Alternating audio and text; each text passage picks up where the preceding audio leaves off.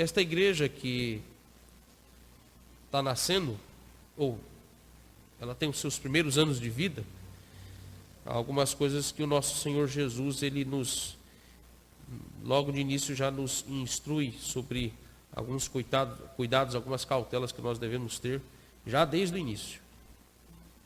E eu gostaria de tratar no capítulo 7, a partir do verso 15, exatamente do que diz respeito a uma das cautelas que mais a igreja tem negligenciado nos nossos dias. Quando o nosso Senhor Jesus convoca os seus discípulos a tomar muito cuidado com os falsos profetas. É disso que eu quero tratar hoje.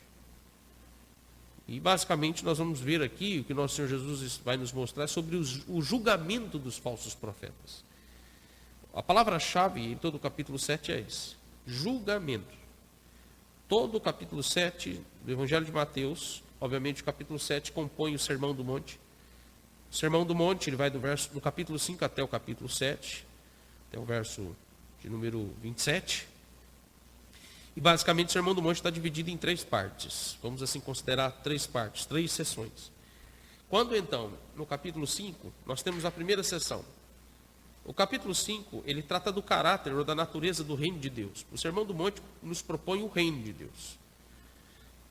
E aqui então, no capítulo 5, repetindo, ele trata da natureza e do caráter do reino de Deus.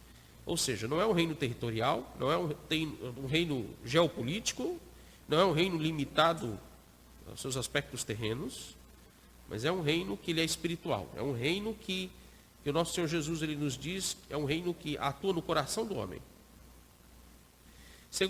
Segunda sessão, que é o capítulo 6, ele trata, então, dos aspectos que envolvem o padrão do reino de Deus.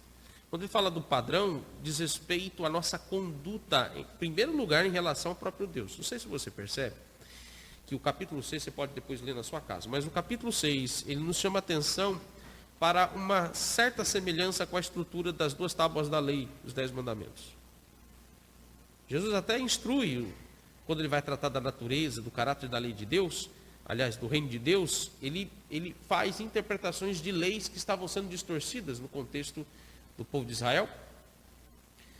E agora no capítulo 6, ele chama a atenção exatamente para essa estrutura da obediência. Então, essa segunda sessão trata da necessidade de praticarmos aquilo que sabemos do que é a natureza do reino de Deus. E aqui ele divide exatamente nesse aspecto. Em primeiro lugar, na nossa relação com Deus. E em segundo lugar, por consequência, a nossa relação com o próximo. Porque é assim que está dividida as 2 tábuas da lei, os 10 mandamentos.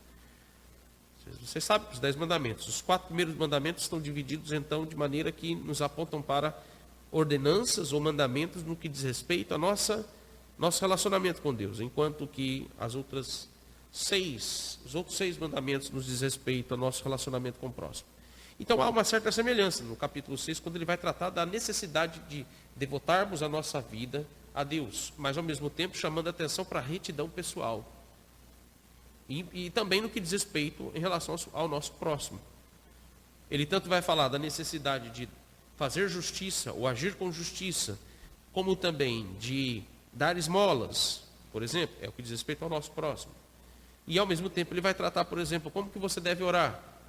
Quando orares, não sejam como os hipócritas que gostam de orar em pé nas praças públicas, ou seja, querem se mostrar, querem se expor às pessoas com o fim de que eles sejam justificados pela aprovação das pessoas no seu modo de cultuar a Deus. Então veja, aspectos da devoção a Deus e aspectos que envolvem nosso relacionamento com o próximo. Por fim, capítulo 7. O capítulo 7, ele nos leva a um ponto muito sensível. Muita gente não gosta de ouvir. O capítulo 7, a terceira sessão, trata do modo como Deus, no seu reino, julga todas as coisas. Esse é o ponto do capítulo 7. O capítulo 7 trata então do juízo de valor que Deus estabelece sobre tudo que existe. E especialmente sobre todas as pessoas e a sua conduta. Vamos à leitura da palavra de Deus e eu vou seguir a exposição das Escrituras, então, nesses versos. Vamos começar pela leitura do verso 13. E eu vou ler até o verso 23, para que você tenha noção do contexto do que nós vamos hoje aqui ver nas Escrituras. A palavra de Deus diz assim: Entrai pela porta estreita, Larga é a porta, espaçoso o caminho que conduz para a perdição, e são muitos os que entram por ela. Porque estreita é a porta e apertado o caminho que conduz para a vida, e são poucos os que acertam com ela. Acautelai-vos dos falsos profetas, que se vos apresentam disfarçados em ovelhas, mas por dentro são lobos roubadores. Pelos seus frutos os conhecereis. Olhem se porventura uvas dos espinheiros ou fios dos abrolhos. Assim também a árvore boa produz bons frutos, porém a árvore má produz frutos maus. Não se pode, ou não pode, a árvore boa produzir frutos maus, e nem a árvore má produzir frutos bons. Toda árvore que não produz bom fruto é cortada e lançada ao fogo. Assim, pois, pelos seus frutos os conhecereis. Nem todo o que me diz, Senhor, Senhor, entrará no reino dos céus, mas aquele que faz a vontade do meu Pai, que estás nos céus. Muitos, naquele dia, hão de dizer-me, Senhor, Senhor, porventura não temos nós profetizado em teu nome? E em teu nome não expelimos demônios, e em teu nome não fizemos muitos milagres? Então lhes direis explicitamente, nunca vos conheci. Apartai-vos de mim, os que praticais iniquidade. Amém. Vamos orar.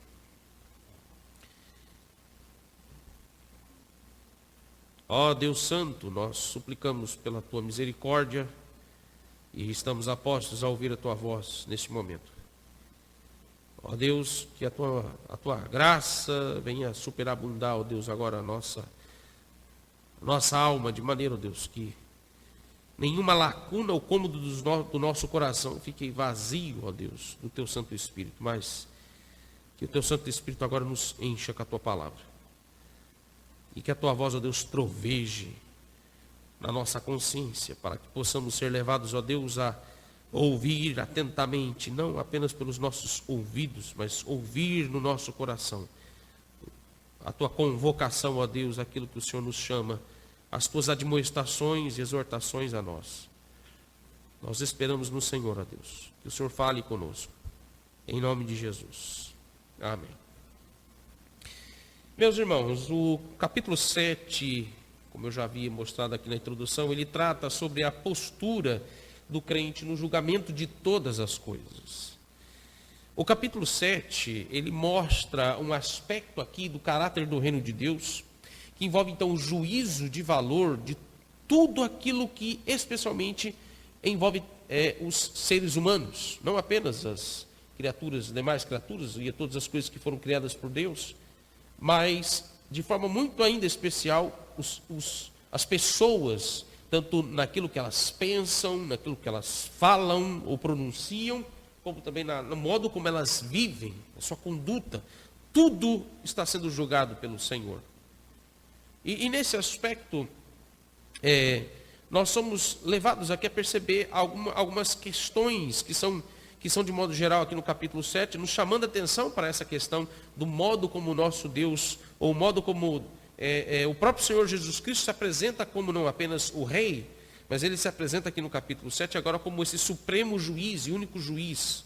Em primeiro lugar, veja, ele mostra como que nós devemos julgar a conduta dos nossos irmãos, apesar de nós não termos lido esses versos, que parte aí do verso 1, se você observar, eu quero que você abra a sua Bíblia agora lá no início do capítulo, e a minha ideia é aqui mostrar nesse contexto até chegar nos versos 15, mas observe.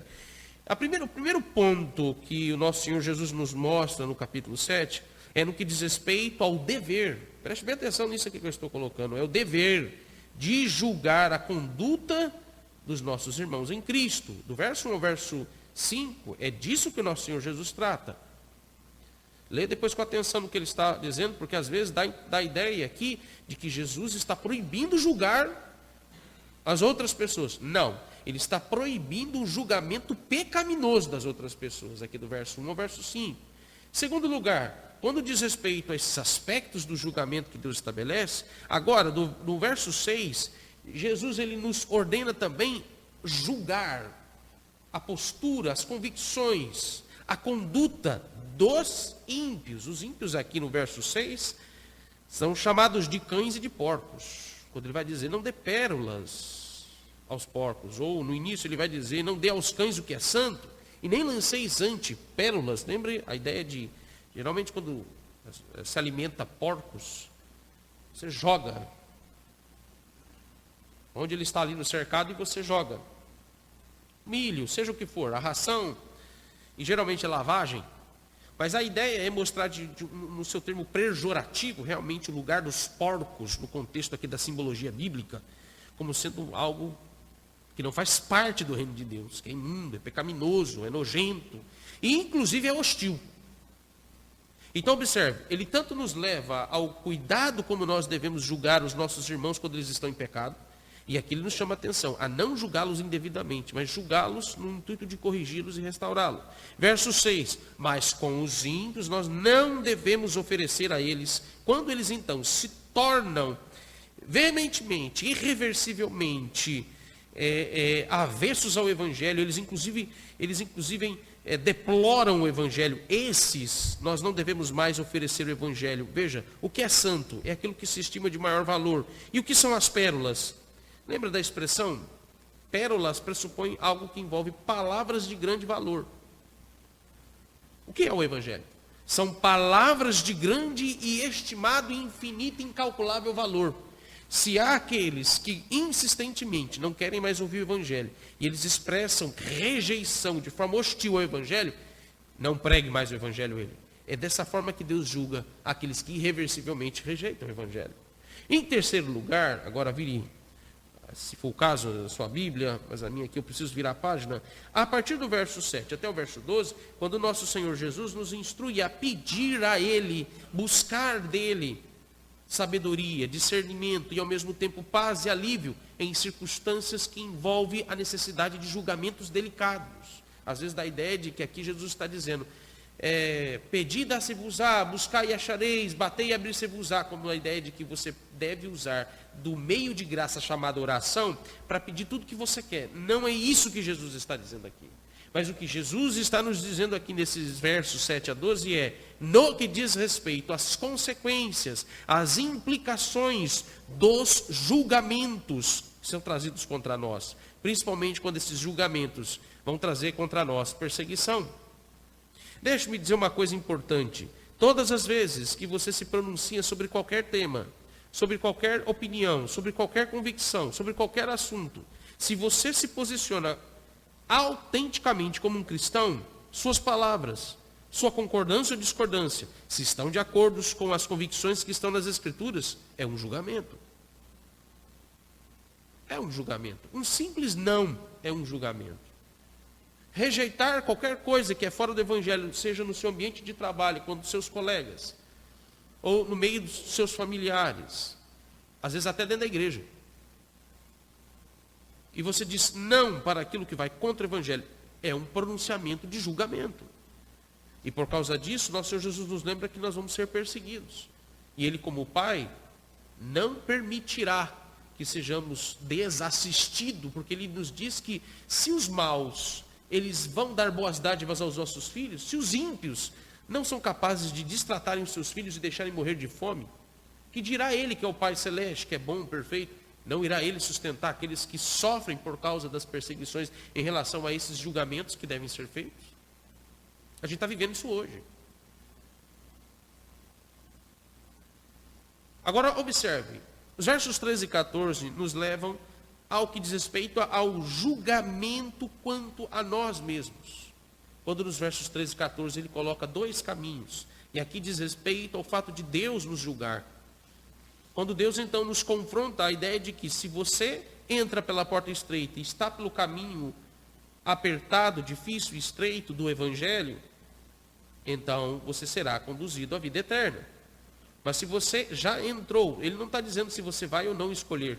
Ele está dizendo de alguém que já entrou e está seguindo por um desses dois caminhos.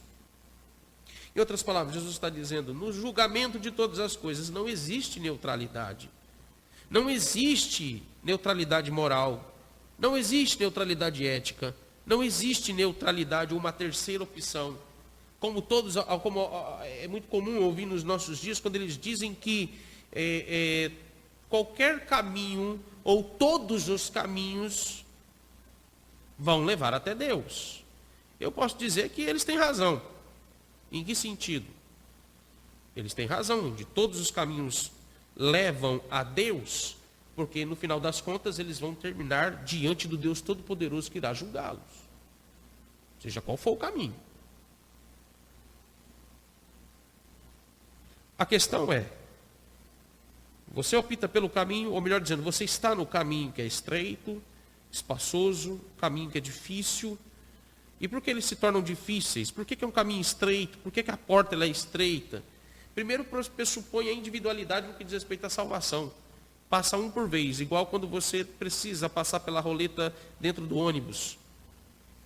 Ou quando você precisa, em São Paulo, ou Rio de Janeiro, em algumas cidades grandes, você tem metrô.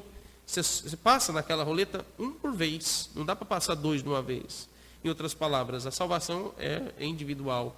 Segundo lugar, caminho estreito, apertado, no diz respeito apenas não que está ajustado de acordo com a fechadura da cruz, que só passa ali quem realmente é eleito. Mas ele diz respeito também ao apertado, o difícil, quando você primeiro precisa renunciar ao mundo e as multidões no mundo. Quando ele diz respeito também ao fato de que é mais difícil ainda esse caminho estreito, porque você precisa renunciar o mundanismo dentro de você mesmo, por isso que é mais difícil. Em terceiro lugar, quando ele nos chama a atenção ao fato de que ainda se torna mais difícil, porque os falsos profetas estão à porta estreita, tentando evitar que muitos entrem dentro dela. Agora, observe, em todo esse contexto aqui, esse ponto, agora que nós chegamos no verso 15, esse ponto do capítulo 7, ele então nos leva ao julgamento dos falsos profetas. E eu tenho a impressão aqui, meus irmãos, de que Jesus ele tinha como objetivo chegar nesse assunto como sendo, eu diria que o ponto mais sensível da vida cristã. Talvez ainda não o clímax, não é o ponto ápice do capítulo 7. A gente vai considerar o ponto ápice do capítulo 7, eu sei que eu não vou poder tratar desses dois versos, apesar deles fazerem parte do contexto. O ponto ápice vão ser os versos 22 e 23. Mas veja, a questão aqui dos falsos profetas é um ponto extremamente sensível e, ao mesmo tempo, é um ponto pertinente à igreja, já que eles são, veja bem, são uma realidade a ser, em primeiro lugar, enfrentada, e os falsos profetas são uma realidade também a ser suportada. Ao mesmo tempo, que também nós somos lembrados de um terceiro princípio que nos é aplicado nos versos 15 até o 23. Ao mesmo tempo que os falsos profetas, inevitável, são uma realidade a ser enfrentada e suportada, aqui também nós somos lembrados que Deus usa os falsos profetas no meio do seu povo para que então os desobedientes, os rebeldes, os desaforados, os teimosos em seus pecados sejam castigados. E agora não estou falando de pessoas que são fora da igreja, estou falando de pessoas que são membros da igreja. Os falsos profetas devem tanto ser julgados, como ao mesmo tempo, eles são instrumentos de Deus para julgar aqueles membros que seguem o caminho do atrevimento, da desobediência. Você sabe por quê? Que aqui então nós somos identificados ao temor que devemos ter, ao cuidado e à cautela que nós devemos ter em relação aos falsos profetas. Porque todo crente atrevido, teimoso na sua desobediência e pecado, quando Deus permite ou Deus coloca falsos profetas na igreja, significa que Deus está colocando esses falsos profetas como um simples espelho da qual esses crentes atrevidos e insistentes e teimosos nos seus pecados, eles se veem exatamente como esses falsos profetas. Também atrevidos, teimosos e insistentes nos seus pecados. Quando Deus permite ou coloca falsos profetas em uma igreja local, é porque seus membros eles estão sendo, aqui há duas situações, ou eles estão sendo severamente disciplinados pelo Senhor, e lembre-se que disciplina é o amor de Deus, mas ao mesmo tempo, irmãos, há determinadas igrejas locais, há determinadas comunidades locais de cristãos, que Deus faz, igual fez com a igreja de Éfeso, depois de muitos anos, quando recolheu deles o candeeiro e os deixou na escuridão. E aquela igreja morreu. E como isso acontece? Falsos profetas entram na igreja e fazem dela como sinagogas de Satanás. É um castigo duplo. É um julgamento duplo e um juízo completo da parte de Deus, porque você deve se lembrar que Deus é justo. Justiça pressupõe uma ação completa de Deus em manifestar aquilo que é da vontade dele, conforme a sua lei e os seus preceitos. Mas veja, um julgamento completo, um juízo completo. E por quê? Primeiro, meus irmãos, porque Deus está examinando a todos em seu coração. Não vai ficar um cômodo do seu coração, da qual Deus não deixará de examinar. Por mais, como diz o Salmo 139, eu me esconda no mais profundo do abismo, por mais que eu faça a minha cama no mais profundo do abismo, lá o Senhor estará e Ele vai me encontrar. Em segundo lugar, pelo fato também de que Deus ele está expondo todos, sem exceção, aos seus pecados mais sórdidos e improváveis.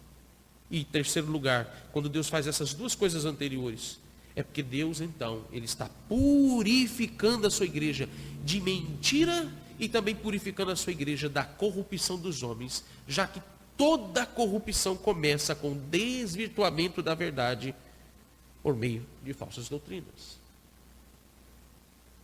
Agora nós chegamos num ponto aqui no sermão, ou no momento da análise desses versos, e eu estou tentando ser o mais prático e aplicável possível, para que você entenda agora que nós chegamos no cerne exatamente do que Jesus está dizendo sobre o cuidado que nós devemos ter com esses falsos profetas. É exatamente essa palavra-chave: desvirtuamento, ou desvio da verdade. E aqui, em primeiro lugar, é o desvirtuamento ou desvio da verdade, meus irmãos, em qualquer esfera da vida humana, seja na família, seja nos seus aspectos pessoais, íntimos, seja também no que diz respeito à sociedade, de modo geral, quando em todas essas esferas não tem outro objetivo senão sustentar pecados de forma prática, como roubo, adultério, cobiças e tantas outras coisas que a gente então denomina aqui de corrupção prática.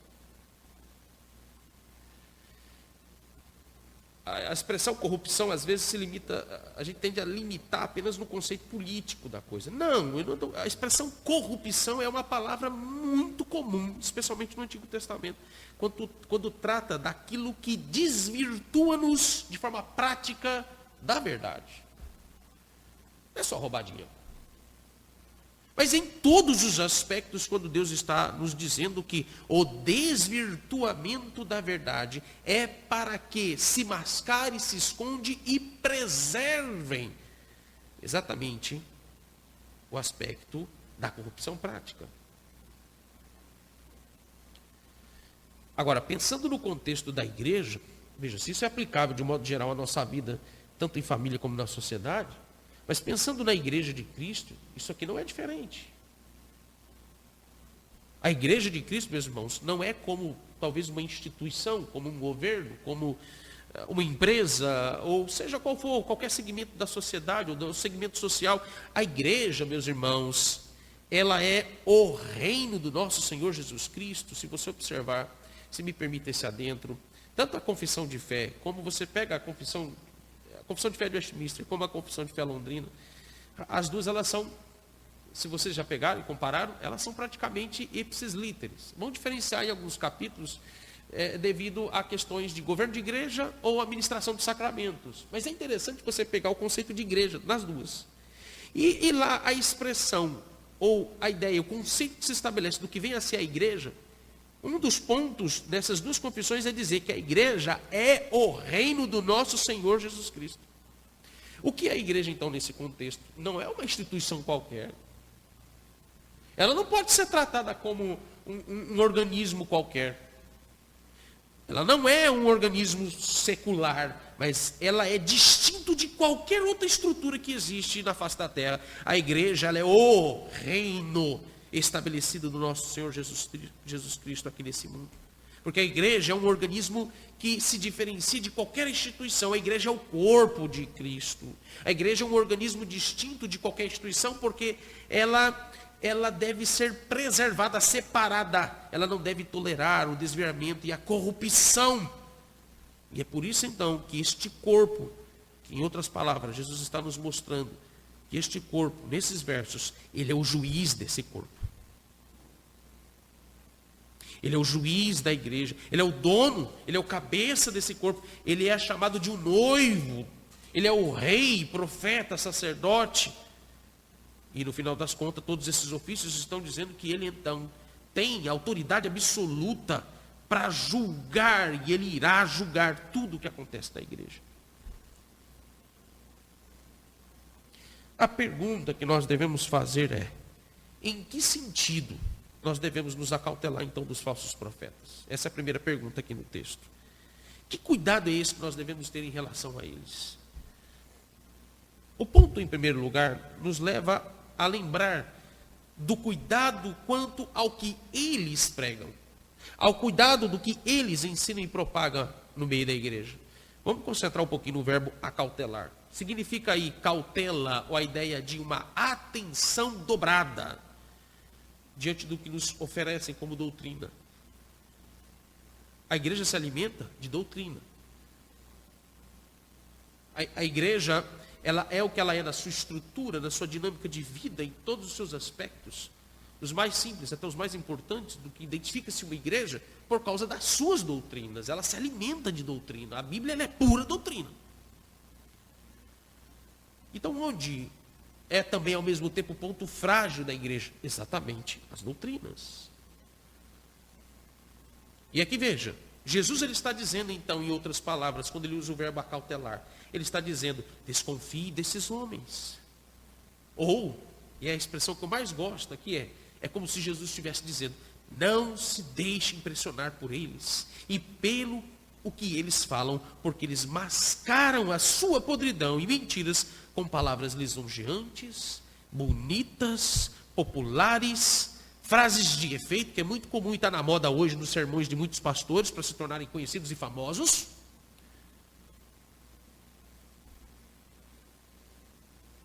E gostam de usar termos complexos que parecem se apropriar de algum tipo de sabedoria misteriosa, que um reles membro de igreja, por falta de conhecimento, não pode compreender, porque não são tão espirituais como esses falsos profetas são.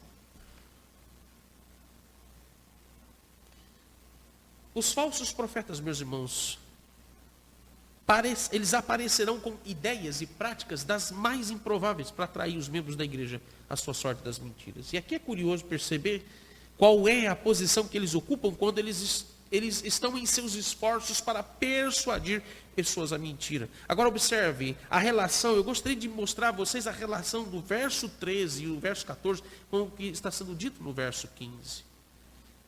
Eu quero que você volte seus olhos e acompanhe esses 3 versos enquanto eu vou explicando eles aqui, a relação que eles têm. Quando Jesus aí, ele disse que os justos entrarão pela porta estreita para seguir o caminho apertado e difícil. O contexto dos versos 13 e 14 é isso. Pois é exatamente então onde os falsos profetas, eles ficam. Eles ficam exatamente na entrada do caminho estreito e difícil. Essa é a posição que eles ficam. É a posição que eles mais gostam de estar, quando eles abordam aqueles que querem seguir pelo caminho estreito e apertado. Eles sempre se fazem presente ao lado da porta estreita, e ali eles não sairão até que eles arrebatem alguns destes. Eles farão de tudo para persuadir as pessoas a não entrarem pela porta estreita e não seguir pelo caminho da salvação, porque isso, meus irmãos, obviamente, nos mostra que o conteúdo do que eles pregam, na verdade, os desvirtuam da verdade, da realidade do que vem a ser o Evangelho. Eles têm ódio pelo Evangelho. Eles odeiam o Evangelho. Obviamente aqui eu não vou me deter. Quando então a gente faz a segunda pergunta no que diz respeito ao verso 15, veja, nós vimos a essência desse cuidado ao mesmo tempo também nós vimos a posição em que esses falsos profetas ficam. Agora, observe um terceiro ponto. Quais são as falsas doutrinas que eles ensinam? E que eles tentam persuadir quando eles estão à porta, ali próximo à porta estreita, tentando fazer ou impedir com que as pessoas entrem nela. Eu não quero aqui nesse terceiro ponto me deter a uma ou outra heresia específica. Porque, veja, não foi esse o ponto que o nosso Senhor Jesus abordou aqui, nos versos 15 até o 20, mais especificamente. Mas observe que Jesus, mesmo não tendo entrado, ele não tendo entrado no mérito de quais heresia nós deveríamos rejeitar, mas Jesus, ele está nos instruindo ao cerne de qualquer heresia ou falsa doutrina, quando elas são apresentadas às nossas igrejas.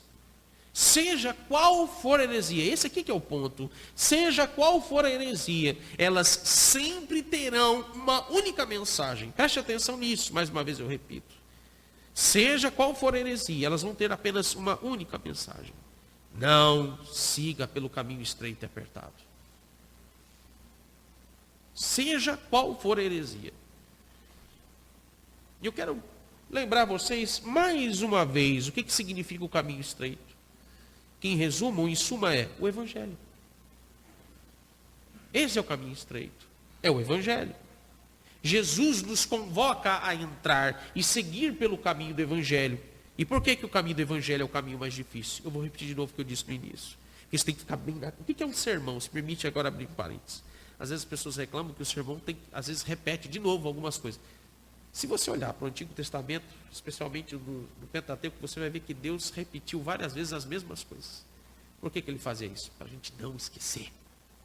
E eu quero fazer com que você entenda que você não pode esquecer desses 3 pontos sobre o caminho difícil. Por que ele é um caminho difícil e estreito? Primeiro, porque temos de renunciar, lembra? O mundo e as suas multidões, que vão pelo caminho largo e espaçoso. Segundo, porque nós temos de renunciar, e aí é mais difícil ainda, o mundanismo em nós mesmos, e aí por isso que esse também se torna a parte mais difícil desse caminho apertado. E terceiro, as multidões e o mundo vão fazer de tudo para que eu e você não continuemos no caminho estreito do Evangelho. E o intuito dos falsos profetas é nos persuadir, nos convencer a rejeitar os ensinamentos do nosso Senhor Jesus. E aqui nós deveríamos considerar com total atenção e temor a advertência do apóstolo Paulo lá em Gálatas capítulo 1, versos 8 e 9, quando o apóstolo Paulo ele vai nos dizer: mas ainda que nós, ou mesmo um anjo vindo do céu, vos pregue evangelho que vá além do que vos tenho pregado, seja anátema. Você deve saber o que significa essa palavra. Maldito. Assim como já dissemos, verso 9 lá do capítulo 1 de Gálatas, assim como nós já dissemos, e agora repito, se alguém vos prega evangelho que vá além daquele que recebeste, seja maldito, seja anátema. Em outras palavras, meus irmãos, os falsos profetas tentarão te convencer de um outro evangelho que não é o evangelho de Cristo.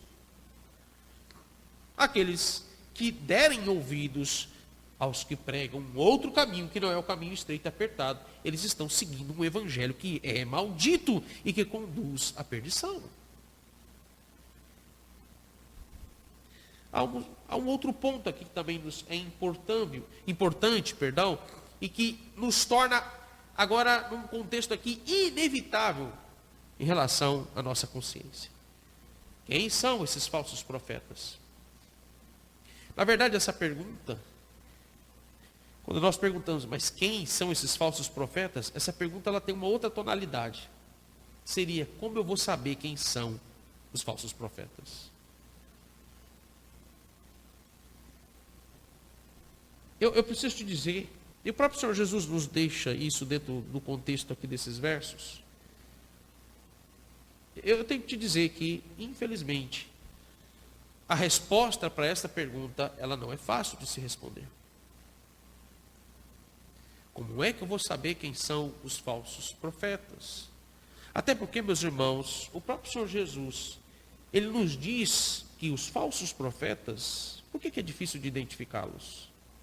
Porque os falsos profetas, olhe para o verso 15, Os falsos profetas, eles andam disfarçados de ovelhas, mas na verdade eles são lobos, roubadores. Há uma outra versão ou outras versões, e eu prefiro nas outras versões essa expressão, lobos devoradores. Atente-se aí ao verbo apresentam-se, no verso 15, que literalmente significa tornar-se público. Ou seja, eles gostam de publicidade. Gostam de se expor a público. Gostam de serem lisonjeados por multidões. O falso profeta só terá a notoriedade de suas práticas e ideias se eles tiverem alguma publicidade significativa. Falso profeta não entra em igreja pequena.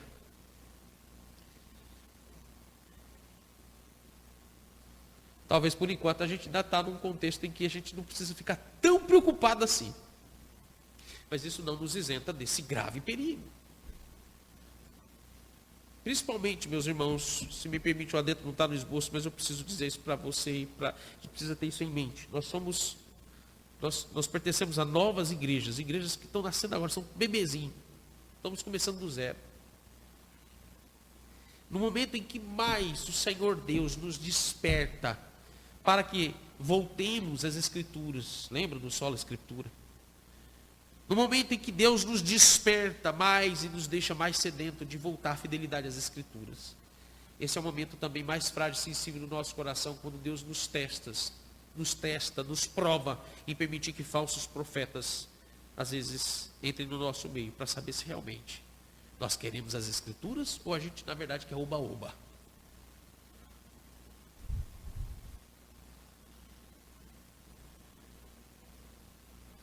Gostam de ser lisonjeados por multidões. Gostam de notoriedade, tanto no que eles falam como nas suas práticas.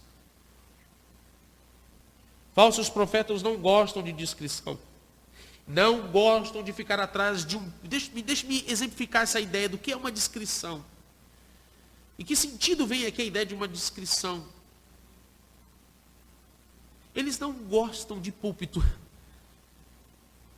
Eles não gostam de ficar atrás de um púlpito, porque o púlpito é um símbolo estabelecido na história da igreja como algo que coloca o pregador em segundo lugar. Que coloca o pregador como apenas um coadjuvante que está atrás. O púlpito lembra que é Cristo que está falando com o povo de Deus. E o pregador não passa de um mero porta-voz que o Senhor Jesus está usando para falar com a igreja dele. E os falsos profetas gostam de serem o centro das atenções. Por isso que em geral, você vai ver que geralmente falsos profetas, eles preferem uma mesinha com um banquinho, com iluminação, talvez um pedestal. Eles gostam de palco, gostam de iluminação profissional, eles gostam de um ambiente todo teatralizado e com muita ostentação em seus adornos templários, para chamar atenção para si mesmo.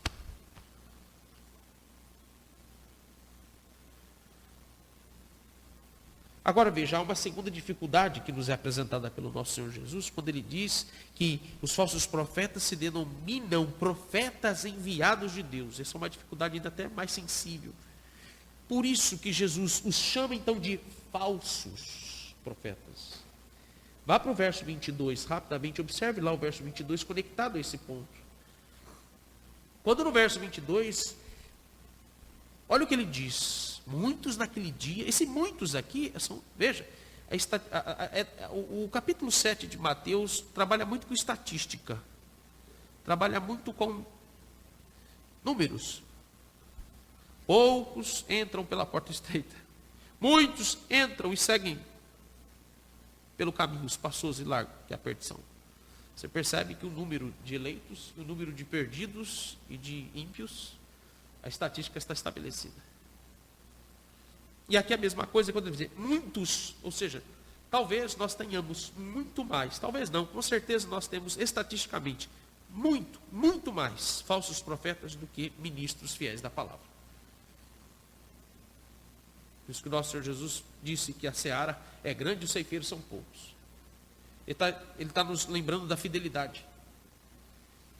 Mas muitos naquele dia, verso 22, hão de dizer-me, Senhor, Senhor, cara de pau, ainda chama Jesus Cristo de Senhor, mentirosos.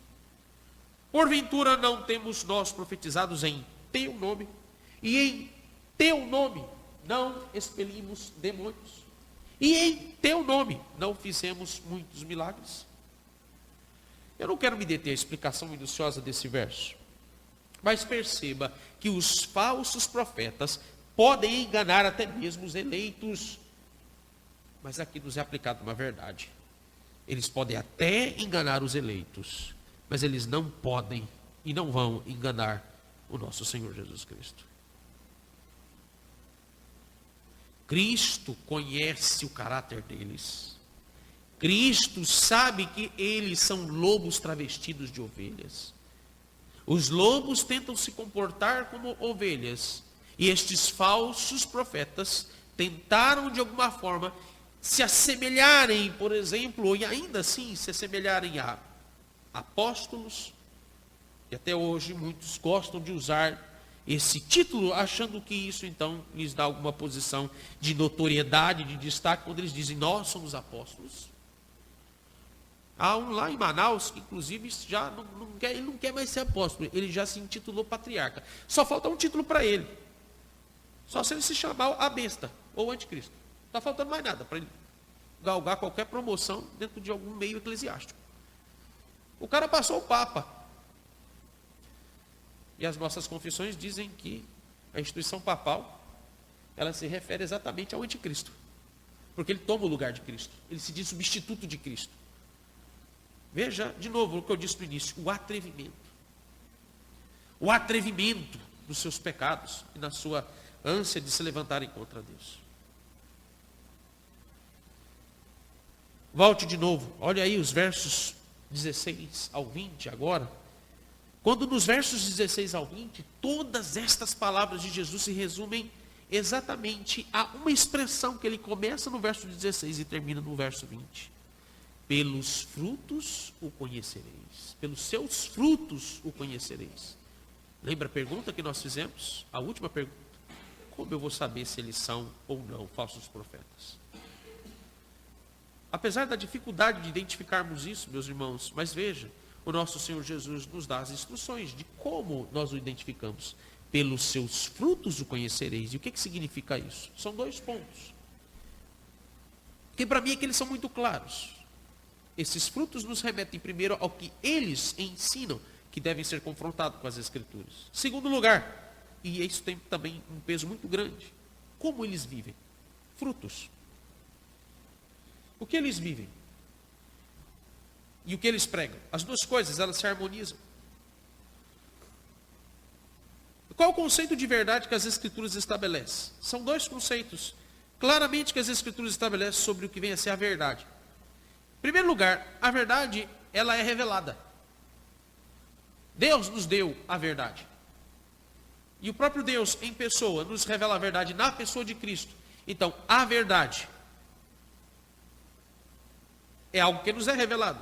A verdade é pressuposicional. Aquilo que já está estabelecido.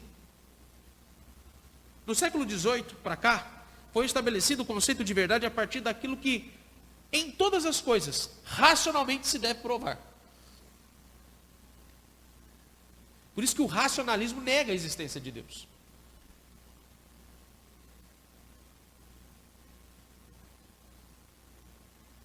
E esse é o tipo de conceito de verdade que foi estabelecido na nossa cultura aqui no Brasil.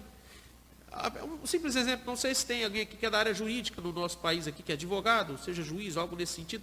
Mas veja, você deve saber, se assim é o caso, que a doutrina jurídica do nosso país, ela é toda norteada pela mentalidade iluminista. De onde vem o iluminismo? Do racionalismo. Do ateísmo moderno. Toda a nossa estrutura política também, ela provém de uma mentalidade secularizada. Em Romanos 12 nos diz, nos versos 1 e no verso, principalmente o verso 2, não vos conformeis com este século. Ou seja, com o secularismo. O que é secularismo? Aquilo que vai contra a verdade revelada. Então apenas aquilo que é factual é que para eles é a verdade.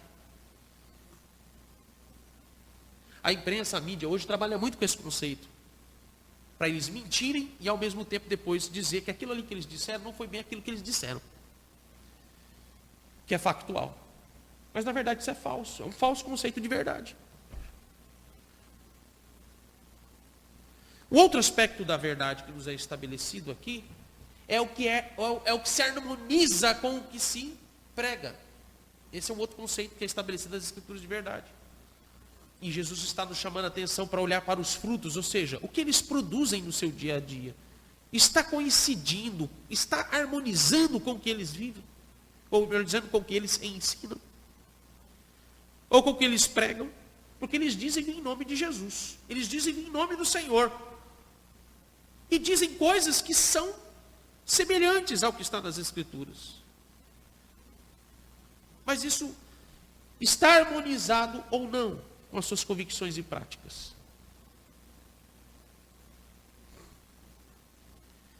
Mas eu volto de novo a um ponto que eu já disse antes. Isso não é fácil de detectar. Meus irmãos, qualquer pessoa com uma dose normal de capacidade de raciocínio discriminatório seria capaz de identificar um herege. Quando, por exemplo, hoje pela manhã, eu tive o desprazer de ouvir um pregador na internet dizendo que a doutrina da blasfêmia contra o Espírito Santo não existe. Aquilo ali foi uma coisa que botaram na Bíblia e é falso. Eu já estou dizendo de algo que alguém disse, que notoriamente, com qualquer pessoa, com o mínimo de conhecimento que tem da Bíblia, ele vai dizer, rapaz, você está dizendo, está falando besteira. Mas não é disso que nós estamos aqui tratando. Isso é muito óbvio. O tipo de falso profeta que o nosso Senhor Jesus está nos dizendo e nos desafiando, quanto à necessidade de observarmos e o cuidado que nós devemos ter com estes, é que, meus irmãos, não se trata daqueles que simplesmente sobem aos púlpitos e dizem, a Trindade não existe, Cristo não é o Filho de Deus. Ou alguns quando chegam ao ponto de dizer, a morte e a ressurreição de Cristo é uma farsa. Veja, simplesmente e com facilidade nós rejeitaríamos a pregação dessas pessoas. Mas não é assim que acontece. Não é assim que um falso profeta e uma heresia entra no meio do povo de Deus. E mais uma vez, nós precisamos lembrar que os lobos, eles sempre vêm disfarçados de ovelhas. A intenção de um falso profeta é algo extremamente obscuro. E que, meus irmãos, no homem natural, é impossível de ser discernido. O homem, no seu estado natural, não é capaz de perceber e de perscrutar a sutileza e a nebulosidade de um falso profeta quando ele sobe no púlpito.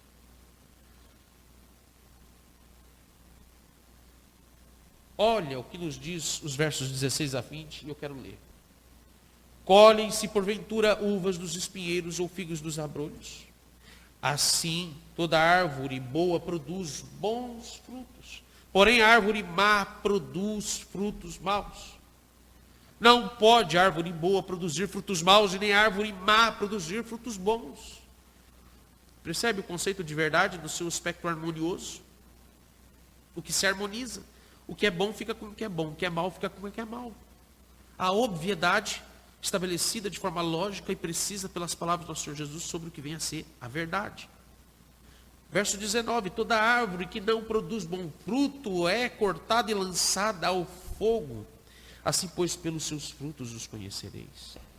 Quando nós lemos passagens como estas aqui, que registram as palavras do nosso Senhor Jesus, veja a beleza e a simplicidade do que ele coloca, mas ao mesmo tempo a beleza e a profundidade dessas palavras, meus irmãos, quando nós somos chamados a atenção, a prestar total atenção à forma como o nosso Senhor Jesus as coloca aqui. Quando Jesus sempre, isso aqui é um ponto muito importante, quando Jesus sempre nos ensina, Jesus sempre nos desafia a exercitar a mente e a consciência, quando ele fala. Outro adendo que é importante. O cristianismo se distingue de todas as outras religiões tanto porque ela está fundamentada na verdade revelacional e harmoniosa, mas, meus irmãos, ela também se distingue de todas as outras religiões, porque o nosso Senhor Jesus, Ele não nos dá nada pronto. Mas a palavra de Deus, toda, de Gênesis a Apocalipse, ela nos força a exercitar a consciência. Você tem que pensar. Você tem que raciocinar. Eu ouvi isso essa semana de alguém na televisão. Você tem que raciocinar. Você tem que parar para pensar. E pensar dá trabalho.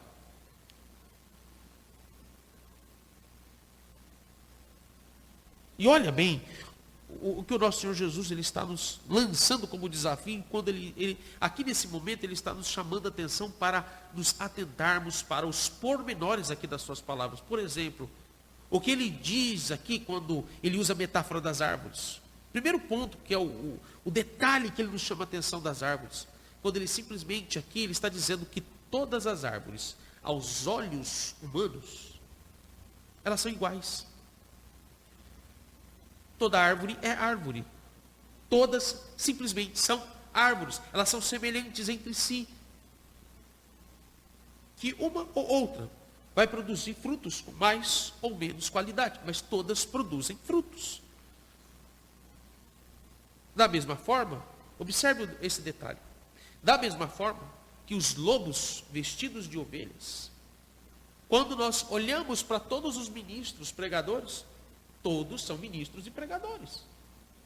Todos parecem e todos se assemelham na sua postura pública como crentes. Todos olham para os lobos e veem como se eles fossem iguais a nós, que somos ovelhas, porque eles se vestem, falam, se comportam como ovelhas. Perceberam esse pequeno detalhe que Jesus está dizendo sobre a árvore?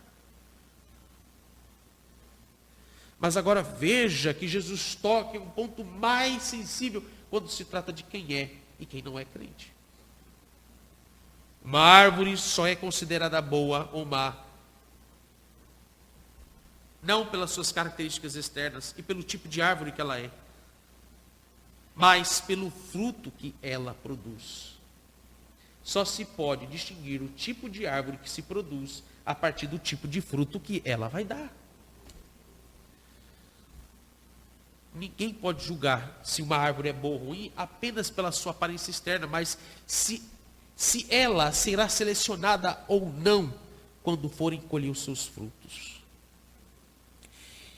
Do que exatamente Jesus aqui está nos falando.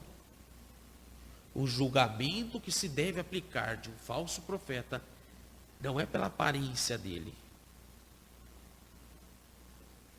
mas é pelos seus frutos, pelos frutos que ele produz. E não apenas a aparência externa que ele vai mostrar de uma ovelha. E é nesse sentido que o verbo acautelar, de novo, nos aponta para uma espera prudente, para uma espera vigilante, em relação aos que se aproximam de nós, em relação aos que se achegam no nosso meio. E eu quero aqui fazer uma aplicação a vocês, especificamente a vocês. Eu sei que todos nós queremos que as nossas igrejas locais, elas encham essas cadeiras aqui. Eu sei disso. Eu também tenho o mesmo sentimento que vocês, as mesmas expectativas que vocês têm. Eu desejo muito que a minha congregação cresça. Eu desejo muito, e eu sei que pastor Vladimir, eu sei que vocês também querem muito que essa igreja cresça. Eu sei disso. Eu sei que vocês anseiam isso. Eu sei que às vezes bate aquela angústia no coração, quando no mês de dezembro para janeiro, eu estava comentando isso, né? Pastor, só tem 10 pessoas, 15 pessoas. A gente quer mais. Meu irmão, isso é lícito, isso é bom. A gente tem que desejar mais. Quanto mais crente na terra, melhor vai ser o mundo. Mas a gente precisa tomar muito cuidado com as nossas expectativas do que queremos para a igreja. Porque Jesus, no final das contas, está nos mostrando, do verso 16 ao 20. Uma das verdades mais importantes aqui é que nós devemos ter cautela quando as pessoas entram por aquela porta e elas querem sentar e ficar conosco. Há todo um processo para que uma pessoa seja recebida como membro da igreja. Há todo um processo que o nosso Senhor Jesus está nos mostrando para que as pessoas elas sejam agregadas à comunhão e venham comungar conosco e participar dos privilégios que os crentes têm em todos os benefícios da salvação. Batismo, ceia do Senhor, ouvir a exposição das Escrituras e desfrutar dela como um crente. Cautela, guarda essa palavra na sua mente. Se você esquecer muita coisa do que eu tive que explicar aqui, mas guarda isso. Prudência ao receber os membros das nossas igrejas. Não sejamos, cuidado, não sejamos iludidos pelas nossas próprias fantasias, querendo ser igual às megas igrejas que tem no nosso país ou aí para o mundo afora. Porque em geral, isso não é regra, mas em geral, na nossa atual conjuntura, geralmente as igrejas pequenas, elas são pequenas porque geralmente são igrejas que estão procurando ser fiéis à palavra.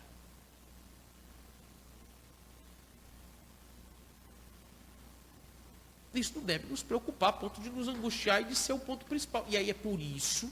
Você sabe por que entra falsos profetas na igreja e a igreja acaba se desviando da palavra do Senhor? O problema começa na nossa insatisfação em relação às necessidades da igreja. Nós começamos, mesmo sendo aquelas coisas lícitas, como por exemplo, ter mais membros na igreja, a gente começa a se apressar, igual Abraão se apressava.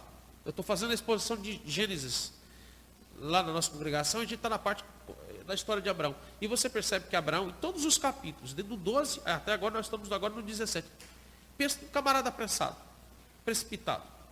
E por causa de pressa, cometeu adultério, porque se deitou com a escrava da sua esposa por consentimento dela, inclusive. Adultério consentido, coisa mais louca isso, no meio da igreja do Senhor, porque ali é a igreja do Senhor. E nasceu um filho, da qual o Senhor disse, essa criança aí, pelo resto da história do seu povo e de todos os outros povos, essa criança que está nascendo, a descendência dela, vai fazer um inferno na vida de todos os povos dessas nações. É só você olhar para o que está acontecendo no Oriente Médio e diretamente o que isso nos afeta em relação ao mundo islâmico. Quando nós nos precipitamos e não usamos o devido julgamento que a palavra de Deus nos diz para sabermos com quem nós estamos lidando. Fazer discipulado. Imagino que vocês têm uma classe de novos convertidos, ou se não tem, eu sei que há um processo em que os irmãos mais maduros pegam as pessoas que estão chegando e começam a doutrinar elas nas Escrituras. Isso, meus irmãos, você não pode delimitar tempo apenas de 2 meses, 3 meses, às vezes um discipulado, às vezes uma orientação, uma instrução doutrinária, antes de receber uma pessoa como membro da igreja, pode levar 1 ou 2 anos. Por que não? E qual é a pressa de você recebê-los? Para constar na estatística da igreja, para enviar para relatório, seja para quem for, para dizer que essa igreja então aumentou o número de almas ganhadas para Jesus de 10 agora para 20, ou de 20 para 30 ou 40?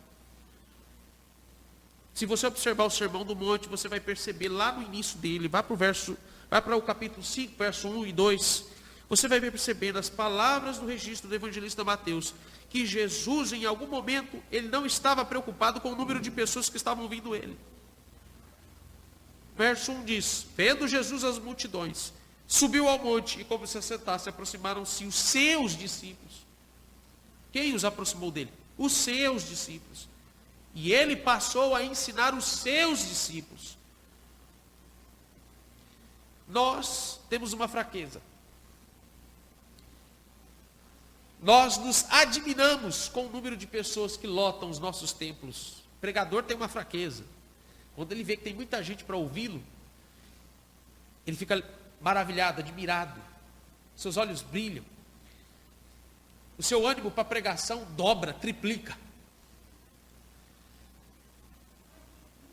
Nós nos admiramos com o número de pessoas, quando eles enchem estádio, enchem um campo de futebol, milhares de pessoas para ouvir um pregador. Nós nos surpreendemos com números. Mas Jesus, quando ele vê as multidões, ele não estava preocupado com o número. Ele simplesmente vira e ensina para os seus discípulos. Quem ouve o ensino e a pregação dele, o Sermão do Monte, foram os seus discípulos. Os que querem ouvir a voz do Senhor, se aproximem dele. E os que não querem, vão ouvir de longe. E uma hora eles vão embora. Não vão ficar. Duas coisas que as Escrituras nos ensinam para que a gente possa tomar cuidado e quando elas são recebidas como membros. 2 métodos bíblicos que o Senhor Jesus nos dá para que possamos aferir e julgar quando em tempo oportuno descobrir quem são os falsos profetas e os falsos crentes. 2 coisas. Pregação fiel das Escrituras. Exposição fiel das Escrituras nos nossos cultos. E segunda coisa, disciplina na igreja. A disciplina é o recurso. A disciplina é uma das marcas da igreja que Deus nos dá para que a igreja exerça a sua autoridade, o seu poder espiritual no mundo. Para que os eleitos, quando eles caem em pecado, sejam levados ao arrependimento e sejam restaurados. Mas para que aqueles que são rebeldes, atrevidos, sejam botados para fora daqui e não voltem mais. Então eu digo a vocês mais uma vez, atente-se aos pormenores e às sutilezas das palavras do nosso Senhor Jesus, quando Ele está falando aqui dos frutos dessas árvores. Não se surpreenda ou não se admire com a beleza da árvore, pelo tipo de folhagem que ela produz, pelo formato dela, pela espécie dela. Por mais que ela possa te causar alguma admiração pela beleza externa dela, cuidado, porque ela pode estar produzindo frutos podres, que vão alimentar o rebanho do Senhor com podridões e que vai matar o povo do Senhor.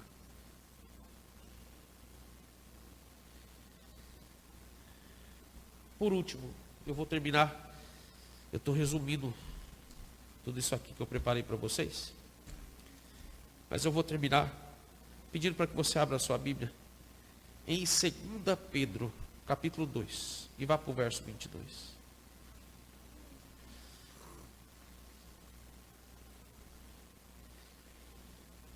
Segunda Pedro, capítulo 2, verso 22.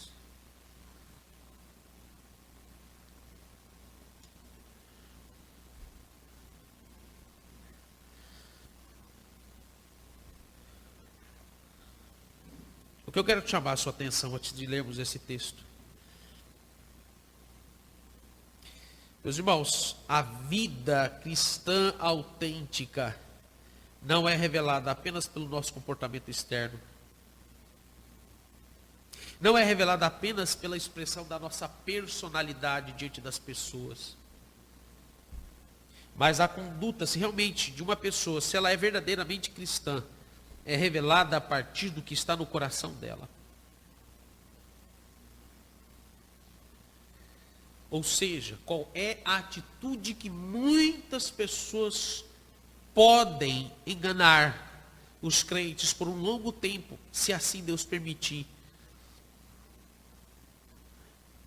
É quando nós somos iludidos com os truques que elas usam para disfarçar realmente quem elas são. Porque aqui o apóstolo Pedro está chamando a atenção da gente exatamente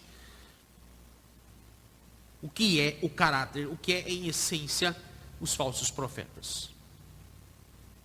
O que nós não... Veja, você deve já ter lido aí, individualmente, você deve ter percebido algumas expressões pesadas que o apóstolo Pedro está usando. Porque são esses pormenores que nós não conseguimos enxergar. Veja a podridão que nós não conseguimos enxergar. E aqui isso me faz pensar exatamente quando ele vai dizer: o cão voltou ao seu próprio vômito, e a porca lavada voltou a revolver-se no lamaçal. Em outras palavras, em algum momento, você vai se surpreender com determinadas pessoas, e até pastores, e principalmente pastores, pregadores, que na verdade, eles não são ovelhas, eles não são pastores de verdade, eles são cão ou porcos. E em algum momento, se Deus tiver misericórdia de nós, porque nós só vamos perceber quem é cão e quem é porco, se Deus abrir os nossos olhos. E meus irmãos, a única forma de os nossos olhos serem abertos para perceber a podridão que pode estar no meio do povo de Deus e nos livrarmos dela. Em primeiro lugar, arrependimento de pecados. Senão os nossos olhos não vão se abrir. E só Deus é que pode abrir os nossos olhos. Para vermos então exatamente quem é cão e quem é porco. Agora observe no segundo ponto, quando ele diz que o cão voltou ao seu próprio vômito e a porca lavada revolveu-se no lamaçal. Ou seja, em outras palavras, o cão não conseguiu disfarçar a sua predileção por vômitos e lixo. E por mais que tenham lavado a porca, ela não conseguiu disfarçar a sua predileção e devoção pelo lamaçal. O que estão fazendo hoje nas nossas igrejas é exatamente isso. Na pressa de receber membros, na pressa de ordenar pastores, na pressa de nós termos liderança, na pressa de ter uma igreja grande. Provavelmente, muitos dos que entram por esta porta e por outras portas de igreja são porcos. E a gente dá banho neles, lava esses porcos achando que eles são crentes. E na verdade, eles não vão negar a essência da natureza deles, porque eles são porcos. E eles vão voltar para o lamaçal. Nós estamos recebendo porcos, cães estão nos pastoreando.